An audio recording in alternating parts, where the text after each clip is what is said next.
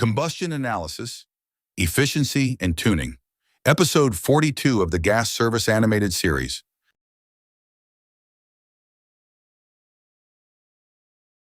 You've got the four readings. Now make them mean something. Steady-state efficiency turns stack temperature and carbon dioxide into a single number, how much of the fuel's heat the appliance actually kept. And tuning is the craft of nudging the burner until that number is as high as it can safely go.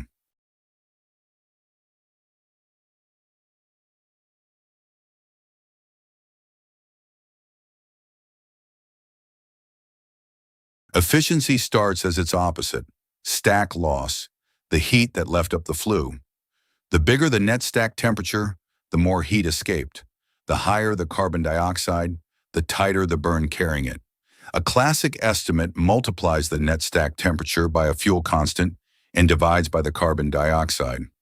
For natural gas, the constant is about 0.21 in Fahrenheit.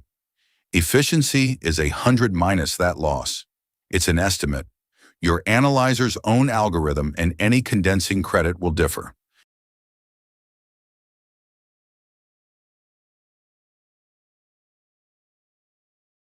Run last episode's numbers. Net stack temperature, 280, carbon dioxide, 7.5%, natural gas. 0.21 times 280 divided by 7.5 is about 7.8% of the heat lost up the flue. Efficiency, about 92%. Change one reading and watch it move.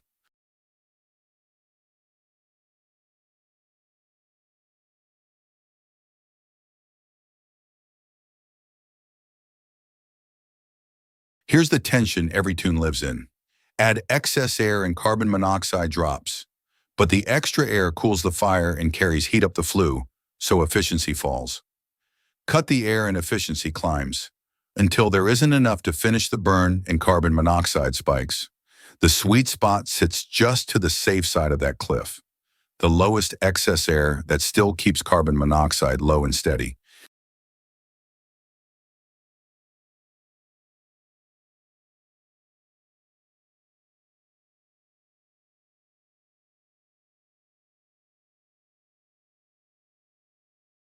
So what are you aiming for on a typical atmospheric appliance?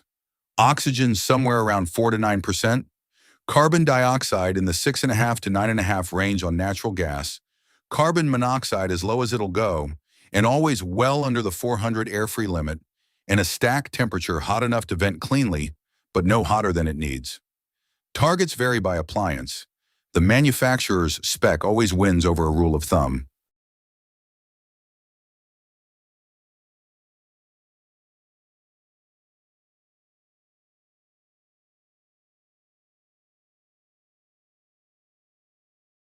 Tuning itself is small, deliberate moves. On adjustable equipment, you change the fuel-air mix, the gas pressure at the manifold to the nameplate value, and the primary air where the burner allows. Then you let it settle and read again. Change one thing, wait, reread. Chase the readings toward the targets. Trim excess air down while you watch carbon monoxide. And stop the moment carbon monoxide starts to climb. Never tune by eye alone. The analyzer is the truth.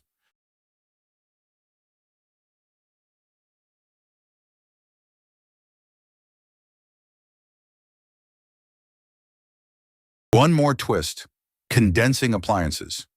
A high-efficiency furnace is built to pull the stack temperature so low that the water vapor in the flue gas condenses, and it harvests that hidden latent heat, which is why it can beat 90% and needs a condensate drain and plastic venting.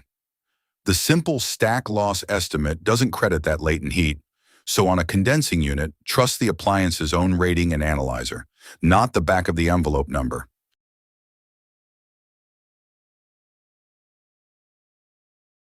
The whole job is one loop. Sample undiluted at steady state. Read the four. Correct carbon monoxide to air-free and check it against the limit. Estimate efficiency. Compared to the manufacturer's targets. Make one small adjustment, let it settle, and read again until it's safe, efficient, and stable. Then document it. That's combustion analysis.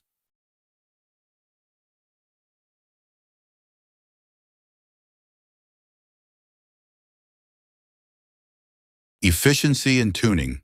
Efficiency is 100 minus the stack loss. Net stack temperature and carbon dioxide an estimate. Every tune trades excess air against carbon monoxide, live just to the safe side of the cliff.